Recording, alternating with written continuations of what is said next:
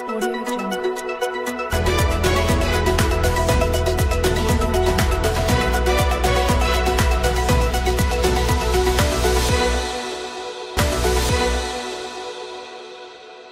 आज हे शेतकरी इथे बोरख्याचे शेतकरी देवीदास किसन पाटील इथं आमरण उपोषणाला बसले।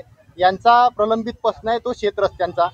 एकीकडे शासन धोरण ठरवते की शेतकरी समृद्ध झाला पाहिजे आणि जसं तुम्ही भारत देशाला समृद्धी महामार्ग करतात तसं शेतकऱ्यांचे शेत रस्ते सुद्धा त्यांना दर्जेदार पाहिजे आणि अतिक्रमण मुक्त करून त्यांना शेती वाहतुकीसाठी मोकळे पाहिजे। यांचा जो प्रलंबित प्रश्न आहे तो बोरखेडा तामसवाडी शिवरस्त्याचा।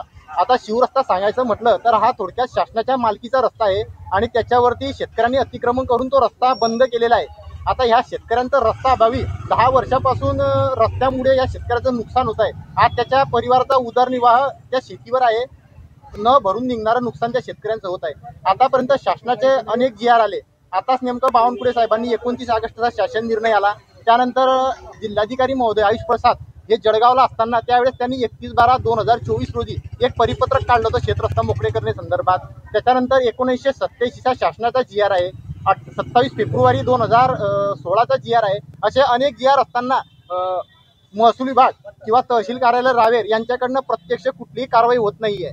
कारण शेतरस्त्याचं सीमांकन करून ते शेतकऱ्यांना मोकळं करून दिलं पाहिजे। तात्पुरत्या स्वरूपाचं दोऱ्या टाकून रस्ते मोकळे करून चालणार नाही, कारण त्याच्या परत वाद निर्माण होतात आणि शेतकऱ्यांना ते वाहतुकीसाठी अडचणीचे ठरतात।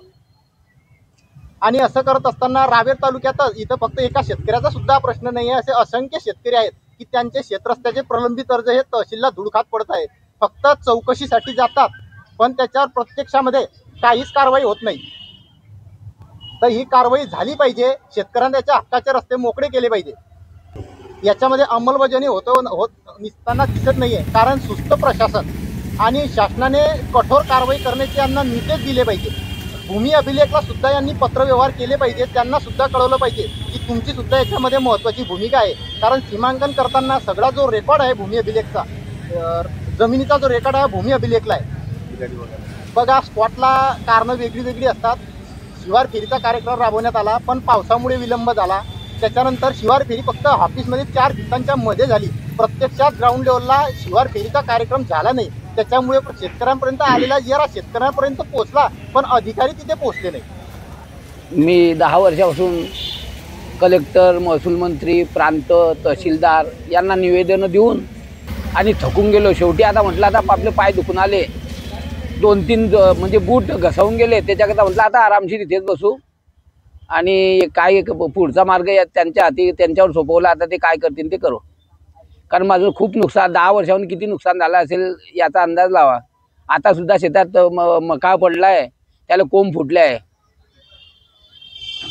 शेतामधून मशीन आले किंवा जागाच नाही आहे, रस्ताच नाही आहे, त्याच्यामुळे काहीच करू शकत नाही आहे। मला माझी अडचण आहे ना, माझी अडचण माझं शेत म्हणजे याच्या शेवटच्या कोपऱ्यावरती माझं शेत आहे। त्याच्यामुळे मला रस्ता नाही आहे, गावकऱ्यांना काही नडत नाही आहे। मी यांना निवेदन दिले आहे, ग्रामपंचायत ठराव दिला आहे किंवा शेत पाणन योजनेमध्ये रस्ता मिळावा म्हणून, तर ग्रामपंचायतचा ठराव सुद्धा दिलेला आहे यांच्याकडे अर्जासोबत जोडून। काय म्हणले ते? हो म्हणता, फक्त आदेश काढता पण त्याच्यावर कारवाई काही करता नाही ना, कागदोपत्री आदेश काढता।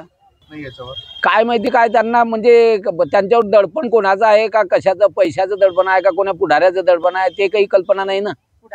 शेतरस्ते संदर्भात आम्ही उपोषणाला बसलेलो आहे। मागील 1 वर्षापासून आम्ही सातत्याने सर्व शेतकरी मिळून तालुक्यातून तहसील कार्यालय येथे पाठपुरावा करतोय शेतरस्त्या संदर्भात, पण आम्हाला कोणत्याही प्रकारची कारवाई होताना दिसत नाहीये। फक्त शेतकऱ्यांना आश्वासन दिले जात आहे, ग्राउंड लेवलला कोणतीच कारवाई केली जात नाही। फक्त तारखा देत आहे आणि एक चाल ढकलची कामं पुढे करताय, बस दुसरं काहीच करत नाही। शेतकऱ्यांना वेठी धरण्याचं काम प्रशासन करत आहे। शासनाने अनेक प्रकारचे GR, अनेक प्रकारचे सोयी सुविधा करून देखील प्रशासन कोणत्याच प्रकारची कारवाई करायला तयार नाही।